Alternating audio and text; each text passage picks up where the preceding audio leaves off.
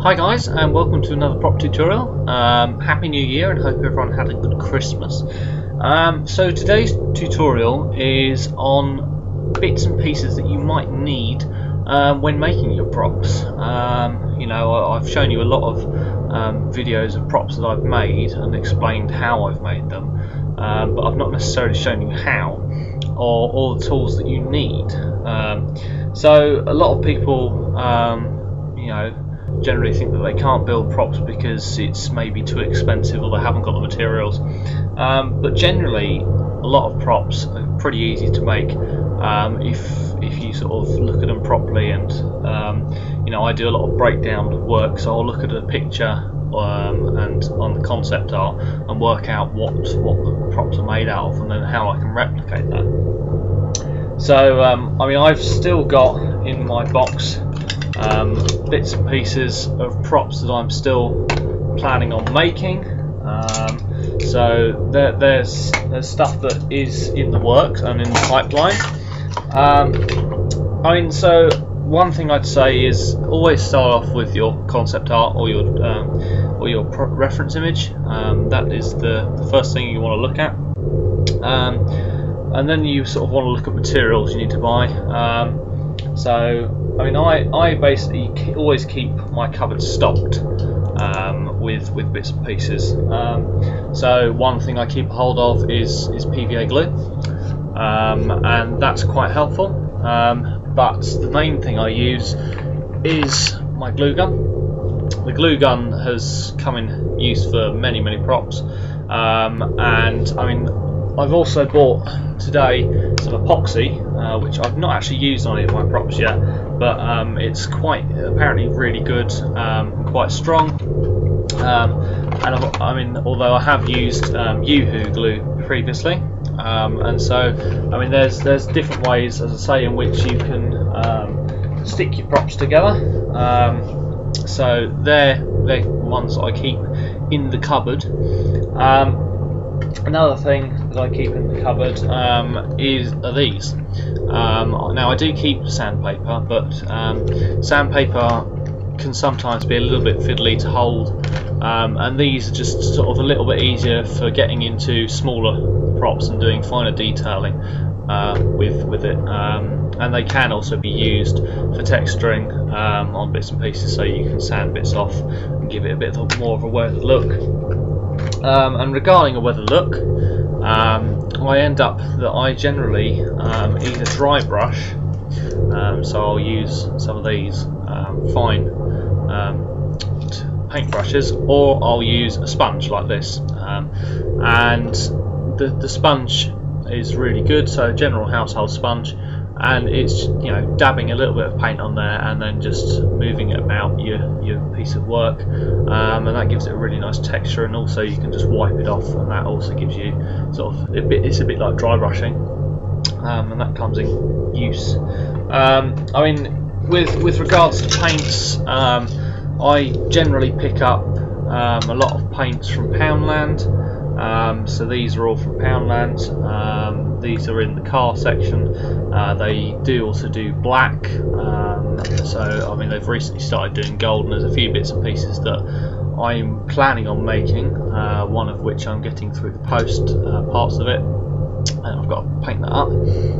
So that's one that the gold and the silver are certainly going to come in use for. The blue acrylic, that's quite good. They do different colours, so that's quite handy. And then when it comes to sort of if you're doing other bits and pieces which are metallic, sometimes the gold spray isn't necessarily what you need. You might not need so much of a gold, so these little pots here, these were in Wilkinson's, and this was a bigger pot they used to do, which is plastic coat there, you can see, and these are Rust-Oleum ones. I think these are about £2, £3 a pot. So I've got gold and I've got bronze, so they're the two that I use for texturing. They're quite handy.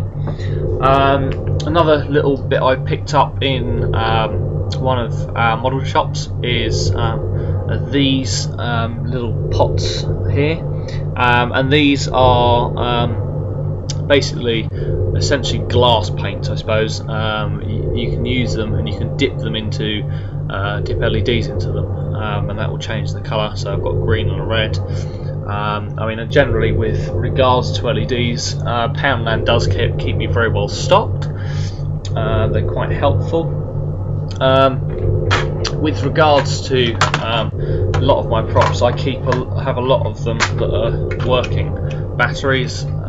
So this is one of my junk boxes, and as you see, it's got a lot of 9-volt battery holders, and I've also got some 9-volt LEDs there. I've got a battery pack LED set there from Poundland,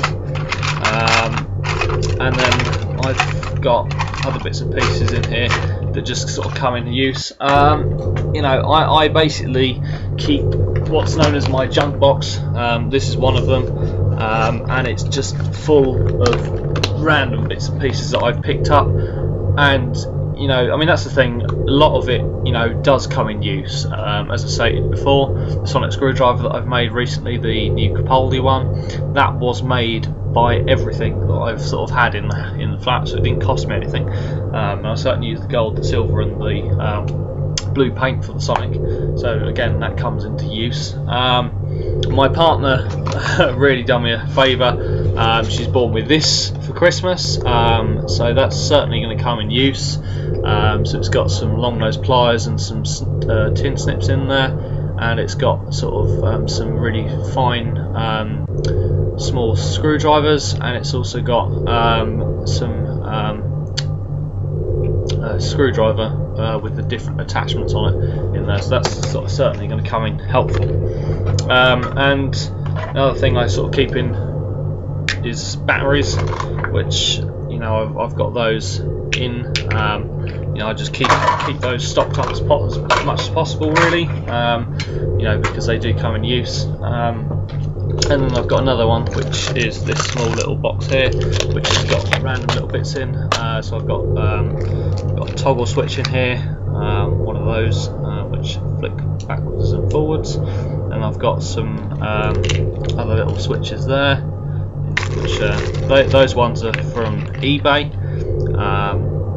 I've got a lot of little watch batteries in here, which are sort of really small, and you can put them up in series just by wrapping some electrical tape round, so they're all the same size batteries, but they're all in series, and that's generally what I use for some of my props.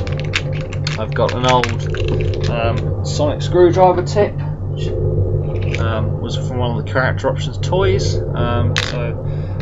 Yeah, lots of different bits and pieces that I sort of just keep lying about, and they just generally help with the props.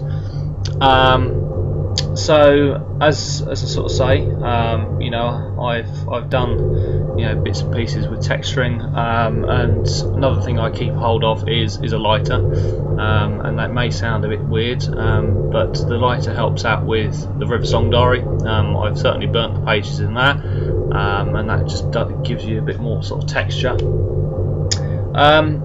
So yeah, I mean, there are a few more props that I'm sort of planning on making, as you saw earlier on with some of the bits I had to hand. So yeah, hopefully this has been a helpful video. I do apologise to you guys for the fact that my tutorial videos aren't necessarily watching me make them. I mean, generally the reason for that is that a lot of the props I make, I'm pretty spontaneous on sitting there and making them, and some of them, you know, I spend a lot of time just sitting there sort of mulling over what I can use, and it takes hours, and I haven't got the time to sit there and record it as well as make the props. So yeah, I suppose they're sort of more of a review of how I've made the prop, I suppose. So I apologise for that, because I've had a lot of people who've commented saying that, you know, it's not necessarily a tutorial video on how to make it. But you know, do feel free if you have any questions about any of the props that I've shown. You know, do ask me. I'm more than willing to sort of sit there and respond to you. I'm not going to ignore you. yeah, there will be more props to come, as I say. The audio series is slowly trotting along. I've got a few more TARDIS console videos for the screen that I've been working on. That's been taking a lot of rendering. So yeah, hopefully things this year are going to continue to progress. And again, if there's anything on the channel you'd like to see, then do give me a suggestion. You know, I'll certainly take it into consideration as I'm trying to work out how to sort of broaden it out a little bit more. So yeah, cheers for watching, guys. Please like, comment and subscribe, and I'll see you in the next one.